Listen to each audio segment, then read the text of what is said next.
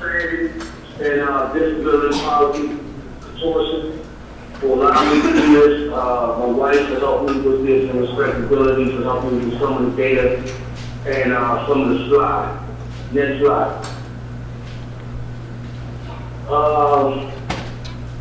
As for myself, I'm on a clear mission to bring attention to disability rights and criminal justice reform and to be a voice to individuals with learning challenges. Next slide. Personal experience, I've been diagnosed with dyslexia as a kid, epilepsy as an adult, and PTSD as an adult because of my years spent in the criminal justice system. And as a young kid, I struggled a lot in school with dyslexia. I didn't understand what dyslexia was. I didn't understand why I was seeing words backwards or numbers backwards. And I felt that I didn't have the attention that I needed from my teachers, which made me lose hope in school a lot. And as for my epilepsy, my first episode of epilepsy happened when I was in prison. I was jumped on by some correctional officer, and I had a seizure, and I never received any medication throughout my time to help me with my seizure. When I came home in 2006, I was diagnosed with epilepsy. And because of my years spent in prison, like I say, I was diagnosed with PTSD, spending 15 years in prison. 10 years in solitary confinement, and to this day I still deal with flashbacks, panic attacks, anxiety attacks, and I deal with depression a lot. Next slide. As you see, the slide is disabilities, the criminal justice reform, and I'm going to go through some keys to success to help people within the system and outside the system understand why it's important to help those with disabilities. Next slide. Why criminal justice reform?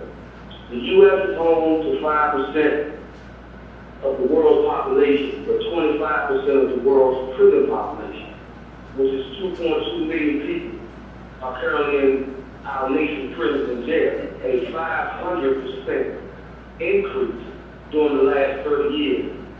The federal prison population increased approximately 25,000 to 219,000 individuals over the last 2 decades. 790% increase. 60% of those currently incarcerated in federal prison are non-violent citizens. Prison costs taxpayers $80 billion a year. Next slide. This is a continuation from the first slide. More than 60% of people in prison are non-racial and ethnic minorities. 3/4 of people who leave prison and jail will be rearrested within 5 years, and 2/3 will return to prison next year. Next slide. 750,000 plus inmates with disabilities. 32% of federal prisons report having at least one disability. 40% of jail inmates report having at least one disability. Next slide. How do we create success? What facts do we need to know and questions do we need to raise to get criminal reform right? Next slide. Disability and criminal justice reform, key to success. 32% of federal prisoners and 40% of people in jail self-report that they have at least one disability. 95% of people in prison in the United States will eventually be released and return home. Within 5 years, 3 out of 5 ex-offenders will be rearrested and re-entered the criminal justice system. Next slide.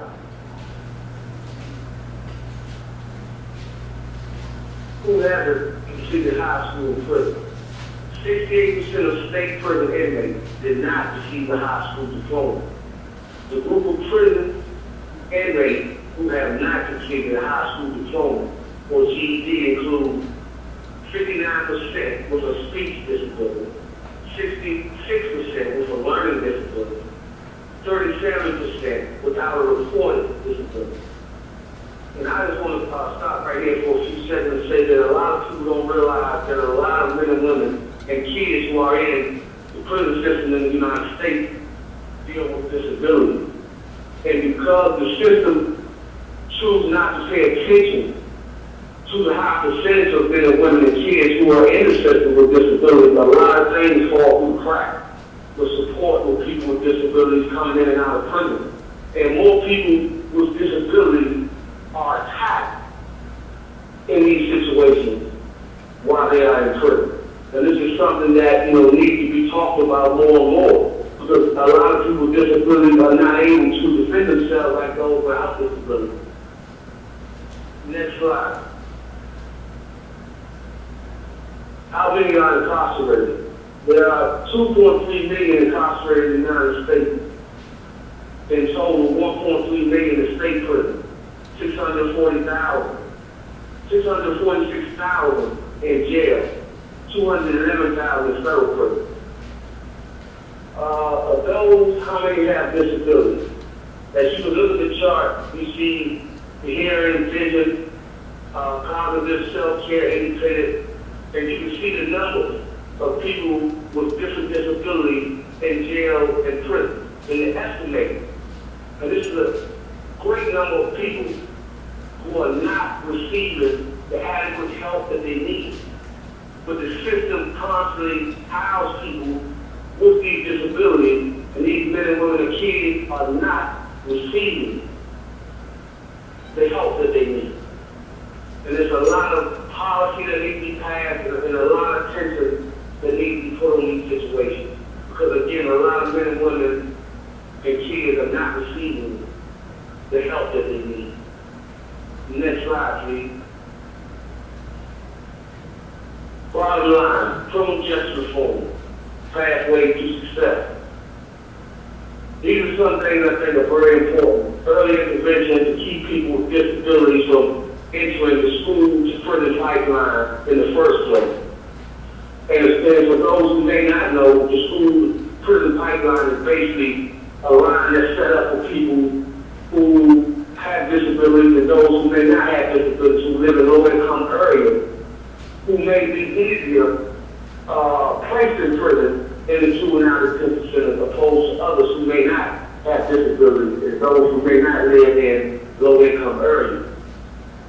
And adequate accommodations throughout the criminal justice system, which include proper training and accountability for the police, judicial officers, correctional officers, and educators. And I just want to say this, there's a lot of people who work within the system who are very, very good people. But most of these people are not trained to work with people with disabilities. They're not trained. And because they are not trained, the help that people with disabilities need, they are not getting. They're not getting. And it talks about the reentry process. We have to have something in place with people with disabilities for when they come home. A lot of people's family members don't know how to work with us at times in our disability.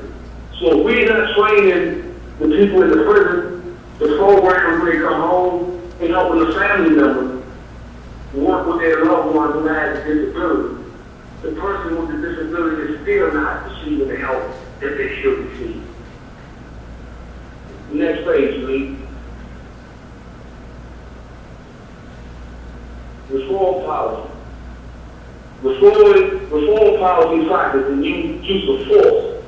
Policies that have disparate impact, desperate impact on the people with disabilities. In 2015, more than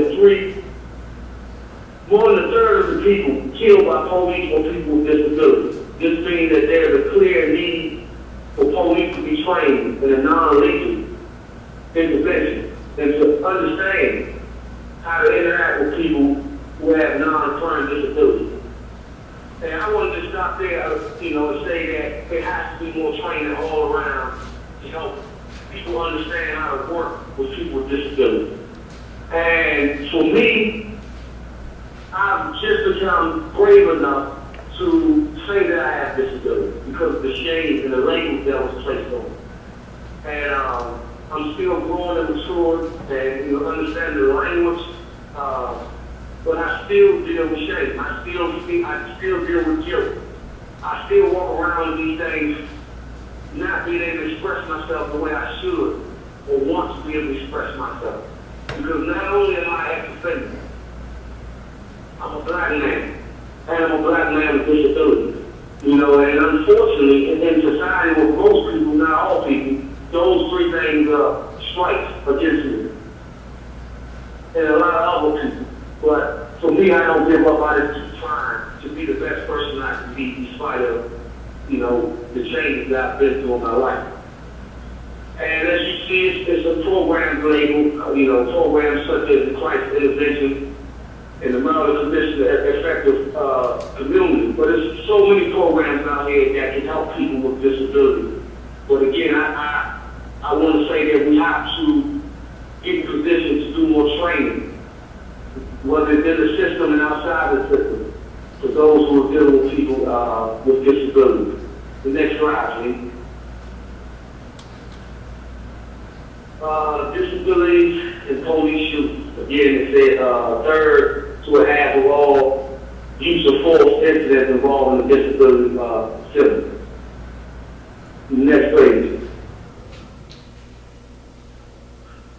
Reduce solitary and chemical restraint.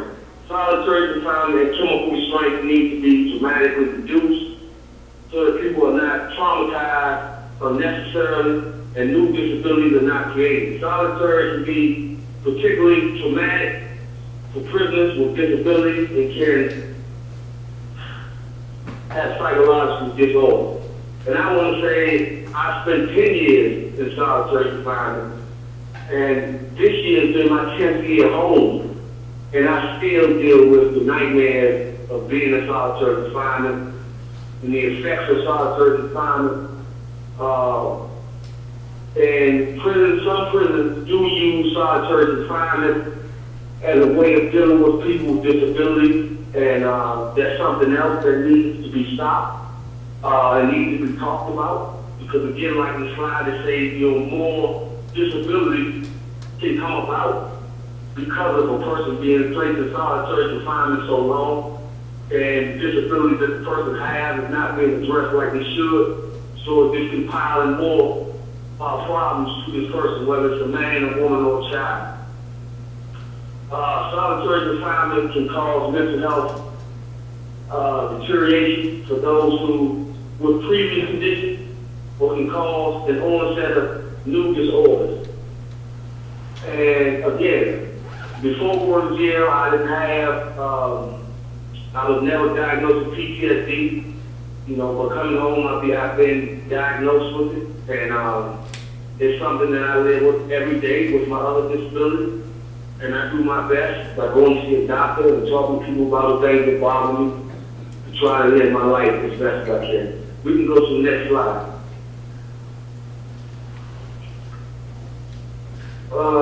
Let juvenile justice lead somewhere. Provide better resources to juvenile justice system so that justice involved youth are not trapped in the school prison pipeline. Youth with disabilities who are on probation, particularly those with cognitive disorder, might not understand all of the requirements and therefore be at a higher risk of violating. And again, this goes back to the lack of training that a lot of people don't have. I've been fortunate enough to work alongside probation officers since I've been home. And again, I've worked alongside some good men and women who represent the probation industry. But again, they're not trained to deal with people who are dealing with any type of disability. And it should be people training these men and women so that the people with disabilities, again, won't be left out. I want to go to the next slide. It talks about second chance, not three strikes. Change the narrative from three strikes to second chance. By forcing outreach on business leaders, HR professionals, and returning citizens themselves. It's basically talking about the stigmas that are put there in front of people who are returning citizens, like myself and others. It's very hard to come home with felonies and try to really get good jobs. And coming home with felony and disability, it adds on to the hard factor when it comes to getting a job and getting hired. And I think that, again, we're going to keep hearing these days till I finish. The training. The training is very important. And we need to learn how to fight these stigma. Fight these stigma. And like I say, I'm still working on myself and accepting the fact that I do have disabilities that I'm working with. And I'm trying to be the best person I can and not allow my disability to hold me back. But it's hard. But again, we need to put in policy, more training for the people that work in the system, more training for people that's working with people coming out of the system. And if there's no training, there's no real help for those of us with disabilities who have been in the system. Next slide. Engage employers, recruit employers that will hire returning citizens with disabilities for business reasons and not charity reasons, employment opportunities with willing employers are critical to success. And again, we have to find creative ways to work with employees to be able to hire people with disabilities overall. And in this case, we're talking about people with disabilities who are coming out of the criminal justice system. We're really dealing with a lot of things that you see a little bit down that's bolded in the slide, talking about ban the box. And ban the box is being put in place in certain states to help ex-offenders get jobs, have a serious chance of getting employment. And they say the criminal record should be disclosed to employees later in the hiring process, so that the returning citizen will be considered for the employer. And that doesn't mean that the employer does not see the criminal record. They don't see the criminal record up front. So which gives the person a clear chance of getting a job. But if the employer has something written in where they don't hire an ex-offender because of certain charges, then that's another thing, they won't get the job. But if it's an ex-offender who can actually get the job, ban the box will actually give them a better chance of getting the job than if it wasn't there. The next slide, please. And this one is fun, innovative recidivism reduction. Expand the use of innovative funding sources such as pay for performance, contracting, or social impact bonding to reduce recidivism. And this is basically talking about finding innovative ways to hire people who have criminal records. And which is important because, the economy is down, everybody needs jobs, but I think there can be creative ways to hire people with records and give them a chance to prove themselves that they can be, law-abiding citizens like myself and others, But again, even with this, we need to find a way to approach the employees to try to talk more about people with disabilities and how can we get them in to get them jobs, real jobs, and not jobs where there is something there as a present to appease them, but not really to help us. We need jobs like anybody else needs jobs. And I'm gonna give examples because I've been home. Some people find by my disability and just wanted to hire me as a token person. And I chose not to do it because I felt that it was disrespectful for those of us with disabilities. I want a real shot like anybody else want a real shot to prove to you that I can do the work and not just a job because I have a disability and you want to show others that you hire me just because I have a disability and not because I can do the work and have a disability. We can go to the next page, please. And this one is basically talking about it's critical for the system to not only acknowledge the historical and current disparities and injustice in regard to individuals with disabilities, but also to make reform. Also to make reform a priority, identify and address disabilities through proper diagnosis, and finally commit to providing accommodation and support. And before I go to the next slide, again, I just want to say that, you know, for those of us coming out of the system with disabilities, a lot of people are going back to jail because a lot of people have, you know, disabilities where they don't understand a lot of things and can't psychologically pick up a lot of things, and a lot of people are failing. And the system is not picking it up. The system is saying a lot of people just want to go back and do the wrong thing. And it's just not the truth. There's a lot of men, women, and kids who have disabilities that are not being addressed.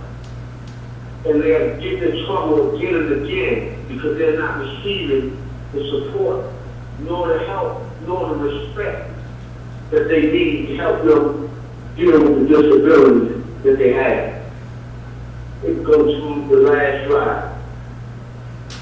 And again, I want to thank you for your attention and efforts to help people like the total justice. You know, and before I finish, I want to say, you know, as a 41-year-old man that has disabilities, I just acknowledged last year that I have disability because of the shame and the negative label that's placed on it. But today I'm proud of who I am. I'm not proud of some of the choices I made in my past, but I'm proud of the choices I've made now in the last 12, 13 years in my life. I've changed my life. And I've been fighting for people with disabilities since I've been home, but nobody would listen. When I told people that we need to pay more attention to those who are in the system of disability. You know, and I hope, you know, that my presentation can spark some curiosity in some people, that we can continue to have a conversation about those with disabilities and the criminal justice system. Again, I would like to say thank you for giving me this time.